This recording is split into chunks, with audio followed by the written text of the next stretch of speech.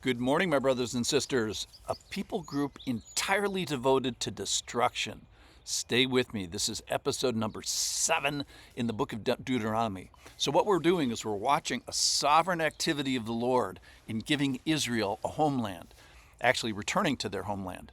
So they've been incubated in Egypt. You remember Joseph went down there as a slave because of his murderous 11 brothers. They went down to Egypt, but God providentially protected them and helped them during a 7-year famine. And then they grew sort of exponentially when they were in Israel.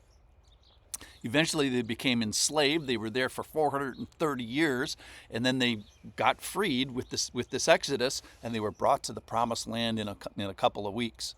Well, they rebelled, and they did this 40-year penalty lap for their failure to follow the Lord into the promised land.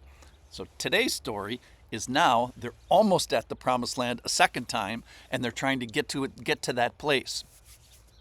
So they can knock on the door of the promised land. So here it is. This is from Deuteronomy chapter 2, verse 26. So I sent messengers from the wilderness of Kedemoth to Sihon, the king of Heshbon, with words of peace, saying, "Let me pass through your land. I will only go by the road. I will neither turn to the right or to the left. You shall sell me food for money. I'll buy it, that I may eat, and give me water for money, that I may drink. Again, I'll buy it. And just let me pass through on foot. Just like I did with the sons of Esau and who live in Seir and the Moabites who live in Ar." We talked about that yesterday. "Until I go over the Jordan," so they're on the wrong side of the Jordan, "until I go over the Jordan into the promised land that the Lord our God is giving us." And then here's the conflict for today, verse 30. "But Sihon, the king of Heshbon, would not let us pass by him. For the Lord your God hardened his spirit and made his heart obstinate, that he might give him into your hand as he is this day. And the Lord said to me, Behold, I have begun to give Sihon and his land over to you. Begin to take possession, that you may occupy this land. Then Sihon came out to us, he and all his people, to the battle at Jahaz. And the Lord our God gave him over to us, and we defeated him and his sons and all his people.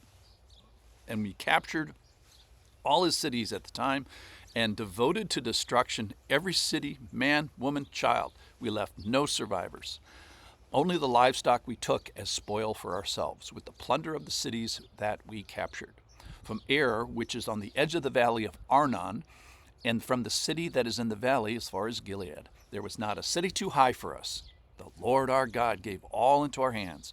Only into the land of the sons of Ammon did you not draw near, that is, to all the banks of the river Jabbok and the cities of the hill country, wherever the Lord our God had forbidden us." So we're watching this sovereign Lord. He's told the people of Israel, rise up, set out, go over to Sihon and his land, and begin to take possession. Contend with him in battle. This is the land that the Lord your God is giving you, and this is the king that the Lord your God is giving you, and this is the battle that the Lord has devoted to destruction. There's going to be no survivors. There's not going to be a city whose walls are too high, not for you, but for me, because I'm fighting for you. So the Lord gives all that he wishes into our hands. So the Lord has made a people, kind of down in Egypt, actually, and now he's giving that people a place. Now, why is that? Well, from this process, don't forget that a Savior's coming, and from this people comes that Savior. And also, this Jesus is going to need a specific place. The people of God are going to need a place of the people of God. And that's going to be Israel and Jerusalem, their capital city. Just think about Jerusalem. He has to make a special place of sacrifice. It will have to become the centerpiece of the Passover, because then Jesus is going to fulfill that. So there's a big picture happening here as well. In the meantime, you're seeing specific people groups devoted to destruction. There's a Hebrew word for it, harim. The king and all the Amorite people of Heshbon, they're set apart for extermination, to be utterly dedicated to utter destruction and annihilated. So you cannot understand, write this down, you cannot understand the wrath without understanding the kindness. These people got exactly what was just. These people deserved the penalty that was imposed upon them. And we're kind of surprised by that. But why is that? Well, because they got it right immediately. And we're surprised when people actually receive what they merited. But when God forbears this other group of people and God delays punishment, why aren't we surprised at that? So shouldn't we be at least as surprised that God does not immediately judge and does not immediately punish and does not immediately open up the can of wrath for some groups of people, like us sitting here today. So this word, Hebrew word, it means to devote to destruction. Well, why is that? That is to prevent the further use by humans. So they don't want to compromise their culture or their worship. They don't want to get into wrong idolatry. So because God is making a set-apart holy people, shouldn't it make sense that some other groups are set aside? So some are set apart and some are set aside. To what end? Well, here's the thing. So that all people would eventually have the opportunity to become a person of God, no matter what your label. So branches are broken off. All have sinned. Branches are grafted in. Don't be proud.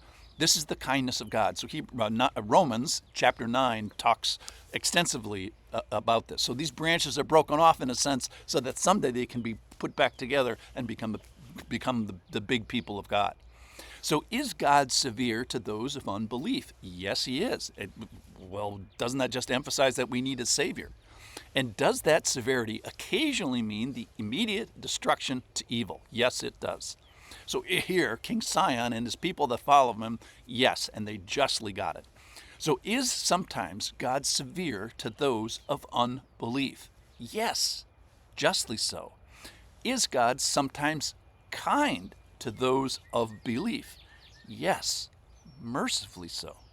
So don't let God's severity surprise you any more than God's kindness, or at least let's be equally surprised at God's wrath, which we see here today, and God's kindness. So I know why God is wrathful sometimes, but sometimes I forget. It surprises me that he's kind. So sometimes the Lord's sovereignty is achieved by human action, as the people that go to battle here find out, and in this case, the action is devoting a certain people rightly to destruction. So let's not be surprised as some justly receive the severity of destruction. Let us be a little surprised by his kindness to those who believe. So the charge, believe today, receive his kindness today while it is still today. Thanks for listening.